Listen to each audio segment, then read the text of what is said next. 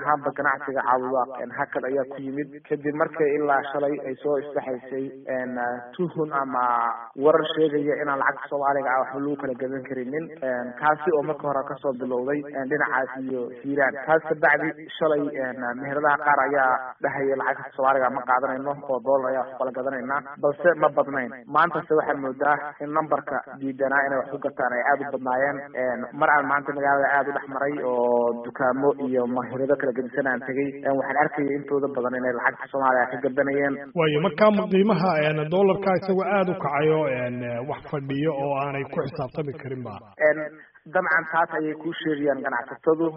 waxaan tagay suuqa sarifka ay laftigoodu faasaqatay jahwareerka uga jiray xigtay in la yiri wuxuu marayaa $100 4 milyan 3 milyan 500 waa la sheegay 2 milyan 800 markii hore waa la sheegay balse intaas oo dhan isku soo duubo wax fadhiyo oo rasmi ah ma jiraan oo lagu micise qaadan karo way marka dhammaan ma ganacsiga magaalada oo dhan ba xayran mise qaybo kamid ah ayaa talaabadan ku kacayo halka kale magaalada inteeda badan sida maqaayadaha waaweyn kaleeto meheradaha ama dukaamada shirkadaha kaleeto way xiran yihiin waxayna sababta u xiran sida ku sheegayba rifka oo in laaligiis ayaa u xiran taas ayaa keenaysa markay xiran tahay magaalada ganacsigeeda markii la qiyaaso waxa la oran karaa 70% maanta ma shaqeynaynin wax ka yar 30% ayaa shaqeynayay oo lacagta caadiga ah qaadanayay wararka qaar bana soo gaaraya Cabdikaafi ah in ganacsato kamida ganacsatadaasi talaabadaasi ku kacay xabsiga loo taxaabay ama la xiray wana trainta lag baa la xiray maxaa faahfaahin ka haysta Cabdixakiin magaalada Caabudaaq in lagu xirinin oo arintaasi la xiriirta balse Gurceel waxa lagu xiray dad ayaa lagu xiray ganacsato waxa lagu xiray 10 qof ah ganacsatadaasina waxaa loo xiray markii ay diideen ama ka soo baxay maamulka ka taliya halkaasi ahlu sunna taas laaligeedna 10 qof waxaa loo taxaabay xabsiga dhexe ee Dhuusamareeb si xaqiijiyay gudoomiye ku-xigeenka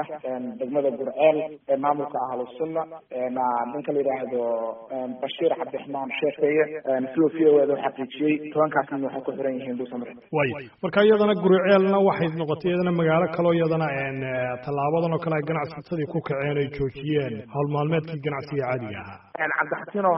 inta magaalooyinka uu saameeyay dhammaan gobolada dhexe way ka jirtaa arinta tani iyo jahwareerka laga soo bilaabo Beledweyne Dhuusamareeb Gurceel Caabudaaq Balanballe dhammaan magaalooyinkan gobolada dhexe ku yaala waaweyn waxay ku yeelatay arintan saameyn sidoo kale Cabdixakiin waxa xusid mudan arintan meel ay ka soo fushay oo iyo cid amar ku bixisay in la joojiyo lacagta Soomaaliga jirto waxa jirta lacago la yiri way soo galeen oo ayaga laftigooda aan cadeyn lahaynin walow la sheegayo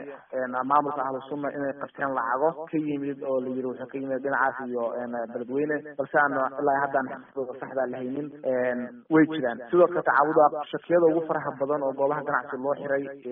waxa weeye in laga shaqado inay soo gashay baabuur lacago waday oo ka timid Dhuusamareeb iyo Cadaado iyo Beledweyne ilaa haddana wax cad oo ama saxaafada loo soo bandhigay ama anaku indheena aan ku aragnay haddaan haysiyo ma jirto way Cabdikaafi waxa tilmaantay in ganacsigii magaalada Caabudaaq oo kale uu xiran yahay salayn la 70% oo kale la xiray in bulshadii baa ku nool oo noloshii bulshada ku xiran arrimahan ganacsiga adeegyadii kala duwanaaye noloshii baa inta badan aad ugu xiran saameyn intee lag bay ku yeelatay noloshii bini'aadamka ama noloshii dadweynaha ku nool magaalada aad iyo aad bay saameyn ugu yeelatay runtii dadku waxay ka ahaayeen xamaalato ma jirto meel hadda ay ka xamaashaan meel ay raashin ama u dejiyaan dadka garab maartay tunkooda ama xoogooda ku xamaasha dadka shaqaalaha ahaa meel furan hadda shaqo tagayaan ma jirto dadkii lacagaha dollarka hadda iyagu xataa haystay waxay ku gataan oo sax ama qiimo sax ku sarriftaan ma jirto kii lacag Soomaali haystay oo ku soo gadan lahaa dadku dollar ma wada haystaan lacag Soomaali baa la haystaan ma jirto ayagu qiimo ay ku sarriftaan oo dollar ugu bedeshaan labaas ma jirto marka saameynta waa laga dareemi karaa xabashada marka dadka danyarta ahna waa ka dareemaysaa oo nolol maalmeedkeedii aad bay u saameysay runtii inta saameynta ay hadda caawa ku yeelatayna waa maalintii labaad shalay maantay waliba maanta aad ugu saameynayso baqdin waxaa jirta marka maanta magaalada dhex maraya mikrofoono oo maamulka iyo dadka iyo culamo diinku ay marayeen dadka laga wacyigelinayay in laga baxo jahwareerkan go'aan la qaato lacag Soomaaliga la isticmaalo amarkaana meel uu ka yimid aysan jirinin balse la wado baqdinta la qabana hadii jeer ay lagu salaynayo dollarka oo wax sarifkiisa aan soo sal lahayn way gabagabada marka laga yimaado dadaalka tilmaantay ma mikrofoonka lala dhex wareegayay magaalada ma jira maamulada ka arabiya deegaanadaasi dadaallo ay wadaan oo inuun rajo keenaysa ah in dib loo furo ganacsigii iyo noloshii ay sideedii kusoo noqoto